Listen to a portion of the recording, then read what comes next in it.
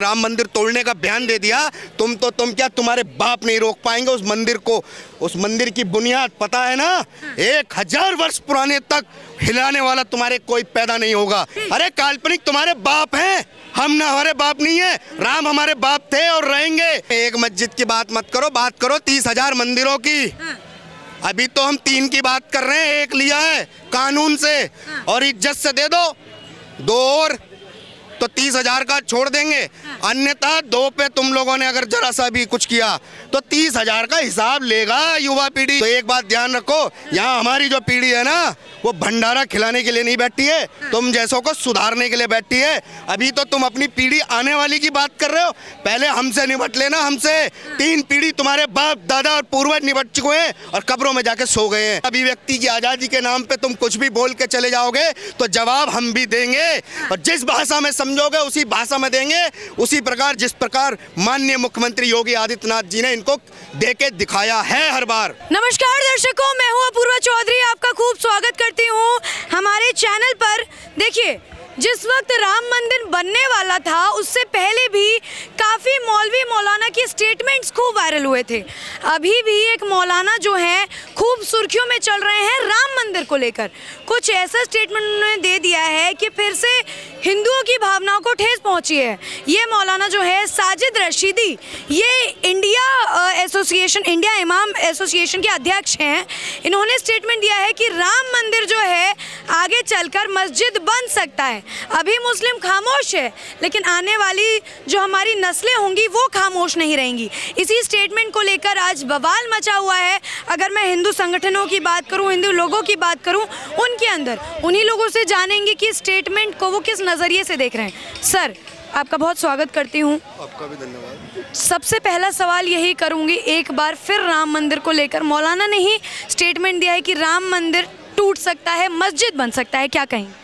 देखिए, जिस मौलाना की आप बात कर रहे हो, पहले मैं उसके नाम को करेक्शन कर देता हूँ। इस मौलाना का नाम है साजिश करता। ये साजिश रचने वाले मौलाना है। इन्होंने लगातार देश के अंदर केवल साजिशों को रचने का काम किया।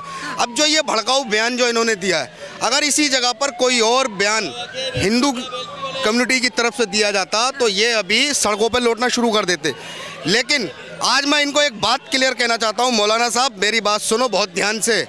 3 पीढ़ी का बलिदान है राम मंदिर, 3 पीढ़ी का। तुम क्या तुम्हारे बाप तो क्या तुम्हारे दादा तक हमारी 3 पीढ़ियों से भिड़े हैं। 3 पीढ़ी के रक्त के बलिदान का आज है। भीख में राम मंदिर नहीं मिला है जो तुम सोच रहे हो कि भीख में मिला है, ये बलिदान से हम लोगों ने लिया है। और जिस प्रकार तुम लोगों ने लगातार हमारे मंदिरों को तोड़ने का काम किया, और अगर तुम भाईचारे की बात करते हो तो इस तरह के बयान जो आप जो जारी कर रहे हो कि आने वाली हमारी पीढ़ी, यानी मेरा बेटा, मेरे बेटे का बेटा दोबारा राम मंदिर को तोड़ के मस्जिद बनाएगा, तो एक बात ध्यान रखो, यहाँ हमारी जो पीढ़ी है ना, वो भंडारा खिलाने के लिए नहीं बैठी है, तुम जैसों को सुधारने के लिए बैठी है। अभी तो तुम अपनी पीढ़ी आने वाली की बात कर रहे हो, पहले हमसे निपट लेना। हमसे 3 पीढ़ी तुम्हारे बाप दादा और पूर्वज निपट चुके हैं और कब्रों में जाके सो गए हैं, और तुम बात कर रहे हो राम मंदिर को तोड़ने की। याद रखना, तोड़ने की तो बहुत दूर की बात है, पास भटक मत जाना उसके। भटक जिसे कहते हैं, याद दिला देंगे, औकात तुम्हारी बार बार दोहरा देंगे अगर तुम लोगों ने अगर इतना सा भी अंश उसमें छेड़छाड़ किया। वो बलिदानों की भूमि है हमारी, हमारे रामलला की भूमि है, किसी भीख पे नहीं हमने लिए। कोर्ट का जो भी जजमेंट था वो हमें स्वीकार है और रहेगा। अगर कोर्ट का जजमेंट भी अगर ना होता तो भी हम छीन के लेते, चाहे हाथ पैर तोड़ के लेते, लेकिन लेते जरूर। लेकिन देखिए, आप जिस दिवस को शौर्य दिवस के नाम से जानते हैं, जिस दिन को ये लोग ब्लैक डे के नाम से जानते हैं, उस पर क्या कहेंगे? क्योंकि काला दिवस ये लोग मनाते हैं उस दिन। इनके लिए सारे दिन ब्लैक डे होते हैं। इनके बनाए पुराने कानून उसको मानते हैं, कहते हैं कि संसद से पारित हुआ, क्यों नहीं मानोगे? जब गवर्नमेंट प्रेजेंट की संसद में बिल पारित करती है तो ये सड़कों पे विधवा विलाप करके लौटने लगते हैं। ये किस कानून की बात कर रहे हैं? ये कानून पे नहीं चलते हैं, ये कानून वो चाहते हैं जिससे इनका फायदा हो। ये कभी हिंदू मुस्लिम बोल के साथ चलने वाले नहीं हैं, केवल ये वक्तव्य मुंह से बोलते हैं, उसके सिवा कोई दूसरा इनके पास शब्द नहीं होता है। ये बराबर हिंदुओं के ऊपर कुठाराघात करते रहे हैं। अब जिस प्रकार इन्होंने राम मंदिर तोड़ने का बयान दे दिया, तुम क्या तुम्हारे बाप नहीं रोक पाएंगे उस मंदिर को। उस मंदिर की बुनियाद पता है ना, 1000 वर्ष पुराने तक हिलाने वाला तुम्हारे कोई पैदा नहीं होगा। 1000 वर्षों तक कोई हिला नहीं पाएगा उस मंदिर की बुनियाद को। और याद रखना, तुम्हारे बच्चे, तुम कह रहे हो मेरे बच्चे, मैं उन्हें सिखाऊंगा। हमारे जो बच्चे ना गुल्ली डंडा नहीं खेलेंगे, याद रखना, ऐसा मुंह तोड़ जवाब देंगे अगर हमारे आराध्यों की तरफ अब तुम लोगों ने अगर नजर भी उठा ली। ये पहले का दौर का भारत नहीं है, ये आज के दौर का भारत है। और याद रखना, तुम्हारी इन्हीं कृत्यों के लिए तुम्हें इन्हीं सब का जवाब अखंड हिंदू राष्ट्र के संकल्प के साथ हिंदू दे के रहेगा। लेकिन देखिए, आप जवाब देने की बात कर रहे हैं, ओवैसी जी जो मुस्लिमों का नेता बताते हैं, एक समय कहते थे कि एक मस्जिद टूटी है दूसरी नहीं जानी चाहिए। अब उन्हीं के एसोसिएशन के ये अध्यक्ष हैं, वो भी ऐसा स्टेटमेंट दे रहे हैं। मैडम, एक मस्जिद की बात मत करो, बात करो 30,000 मंदिरों की। अभी तो हम 3 की बात कर रहे हैं, एक लिया है कानून से और इज्जत से दे दो और तो 30,000 का छोड़ देंगे।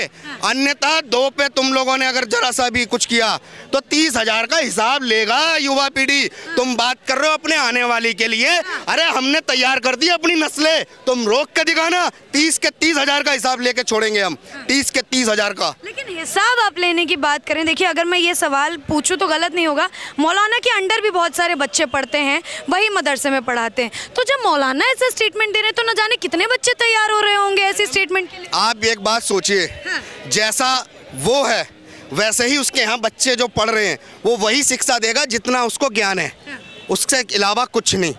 जितना वो जानता है उतना ही उन बच्चों को वो प्रोपेगेंडे में फंसाकर जिहाद फैला रहा है। जिस प्रकार के स्टेटमेंट वो दे रहा है, ये केवल देश के अंदर दंगा भड़काने वाले स्टेटमेंट हैं। भारत सरकार ऐसे मौलानाओं को जेल में डालने का काम करे जो हमारी भावनाओं के साथ खिलवाड़ कर रहे हैं, सुप्रीम कोर्ट के जजमेंट को चैलेंज कर रहे हैं। ये लोग होते कौन है? एक तरफ बात करते हैं कानून की, और कानून से ही अगर पारित हुआ है राम मंदिर निर्माण, तो ये क्या कह रहे हैं, हमारी पीढ़ी आके तोड़ेगी। हमारी पीढ़ी भी कोई शांत नहीं बैठेगी, जवाब देगी मुंह तोड़।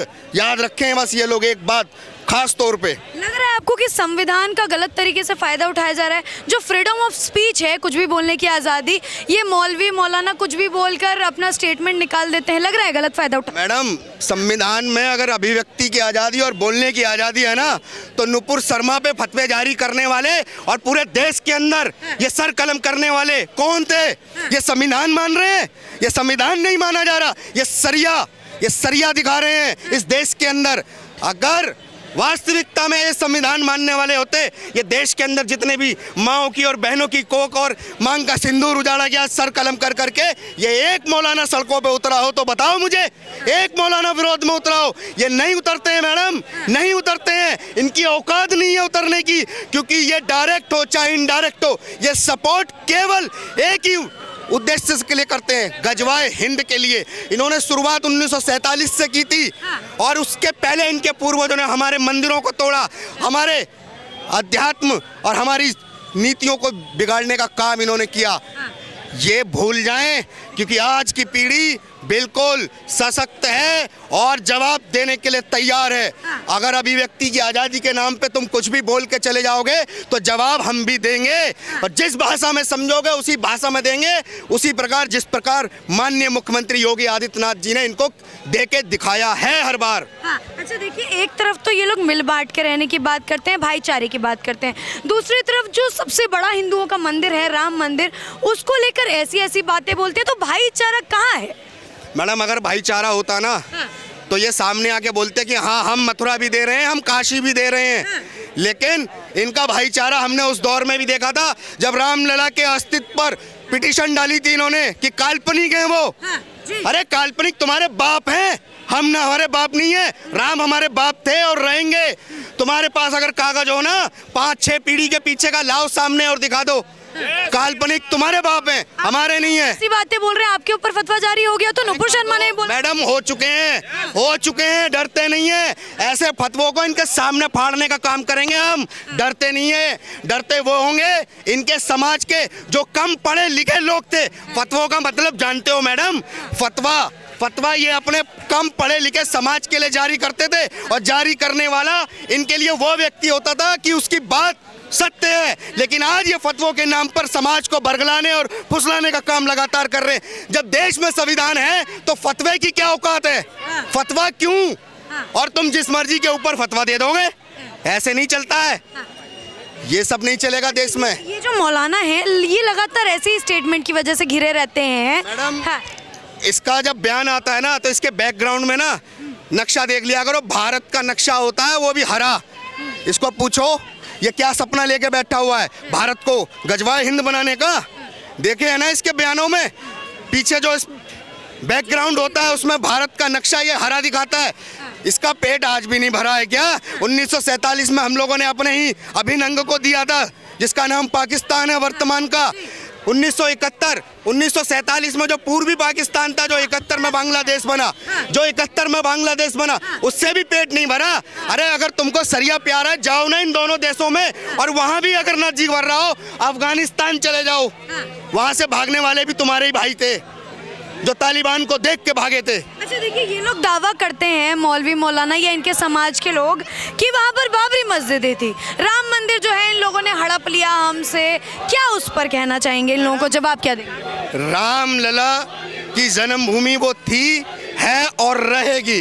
हड़पा तो इन्होंने था क्योंकि इनकी आदत है चीजों को चुराना, उनके साथ छेड़छाड़ करना, उनके साथ परिवर्तन करना, उनके साथ बदलाव करके, और इन्होंने हमारे इतिहासों को मिटाने का काम किया। हम सब कुछ जानते हैं, इन्होंने लगातार केवल और केवल हमारी संस्कृति पे ही कुठाराघात किया है। और ये आज भी वही जाहिल बैठे हुए हैं जो लगातार हम लोगों को टारगेट कर रहे हैं। ये ध्यान दें इस बात पे कि हम लोग बिल्कुल नहीं रुकेंगे। अभी एक निर्णय सुप्रीम कोर्ट से हुआ है, भाईचारे की बात करते हो तो 3 दे दो, नहीं 30,000 के हिसाब के लिए तैयार रहो, हिसाब लेगी, हमारी भी पीढ़ी लेगी। मानसिकता कहाँ से आती है कि बदला लेंगे, या इन लोगों ने हमारा मस्जिद तोड़ दिया हम इनका मंदिर तोड़ के मस्जिद बनाएंगे? मानसिकता कौन भर रहा है दिमाग में? ये ऐसी मानसिकता केवल और केवल इनकी किताब से आ रही है और कहीं से नहीं आ रही है। जो ये पढ़ रहे हैं वही मानसिकता अपने बच्चों में दे रहे हैं। आप एक बात बताइए, ये मदरसों में बच्चों को पढ़ा रहे हैं, लेकिन उस मदरसे में पढ़ा बच्चा, जब मैं कई रिपोर्टरों की रिपोर्टिंग देखता हूँ, उससे जब पूछते हैं भारत के प्रधानमंत्री कौन है, उसको नहीं पता होता है। उसको अपने देश के शिक्षा मंत्री नहीं पता होता है। तो ये कौन सी शिक्षा देते हैं? कोई शिक्षा नहीं देते हैं। लेकिन जब सर्वे की बात होती है कि मदरसे में जो पढ़ाई चल रही है उसका सर्वे होगा, तो ऐसे ही मौलवी मौलाना सड़क पर उतर आते हैं कि सर्वे नहीं होना चाहिए। मैडम, ये तो चाहते हैं कि कुछ भी काम ना हो, कोई भी कानून बने तो इनसे पूछ के बने, क्योंकि देश के अंदर इकलौते यही तो हैं जो रहते हैं, इन्हीं के तो अधिकार हैं। बाकी तो हम लोग मूर्ख हैं जो 500 से ज़्यादा अपनी रियासतें दान करके बैठे हुए हैं, अपने रजवाड़े दान करके बैठे हुए हैं। यही इसका हिसाब दे देना एक बार। अगर तुम आज़ादी के नाम पर अलग देशों की मांग करते हो, अगर इस देश के क्षत्रियों ने अगर अपनी रियासतें मांग ली, अफगानिस्तान तक देना भारी पड़ जाएगा इन लोगों को, इनके बाप को। 500 प्लस रियासतें देने वाला देश है इस देश का क्षत्रिय। ये ना भूलें, इस देश में जब तक क्षत्रिय खड़ा है ना, तुम्हारे अब्बा बाबा किसी की भी औकात नहीं है कि तुम कुछ भी कर लो हमारा। देखिए, एक महत्वपूर्ण सवाल, हमेशा एक ही धर्म पर टारगेट क्यों? राम मंदिर का जिक्र ले लीजिए, हिंदू की भावना को ठेस पहुंचा रहे, ऐसा क्यों? जब बाहरी लोग हमारे ही घर में बैठेंगे तो एक ही धर्म का तो टारगेट करेंगे। जब हमारा ही घर है, हमारे ही बाप हैं, हमारे ही दादा हैं, हमारे ही ईष्ट हैं, सब कुछ है, तो ये टारगेट किसको करेंगे? हमें ही तो करेंगे। और ये हमको ही लगातार करते आ रहे हैं। और ये चीज़ इनको ध्यान रखनी चाहिए कि जहाँ से तुम आए हो ना, वहाँ की संस्कृति नहीं है।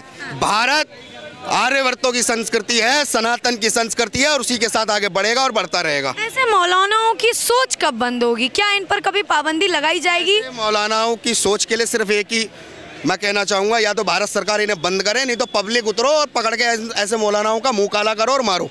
सीधी सी बात, यही एक रास्ता। जब बातों से नहीं मान रहे हैं तो लातों से समझाने पड़ेगा। जो बातों से ना माने उन्हें लातों से समझा दो। लेकिन इनके लिए तो इनका मस्जिद सबसे ऊपर है ना, मंदिर से इनको क्या मतलब? जी, जब मस्जिद ऊपर है तो हम तो नहीं कह रहे ना, लेकिन हमारे मंदिर पे आप उंगली उठाओगे तो जवाब देंगे और प्रचंड देंगे। एक मिल चुका है, काशी तैयार है और मथुरा की बारी है बस। इनके हिसाब से एक डिबेट में, जैसा कि आपने भी बोला, एक डिबेट में तो राम के अस्तित्व पे ये सवाल उठा दिया, तो राम मंदिर तो छीनने की बात करेंगे ही ना, तोड़ने की बात तो करेंगे ही। अगर इनके पूर्वजों के बारे में पूछो ना, तो ये कहते हैं कि मेरे अब्बा की एक बकरी थी और मेरे उस कागज को ना वो बकरी खा गई।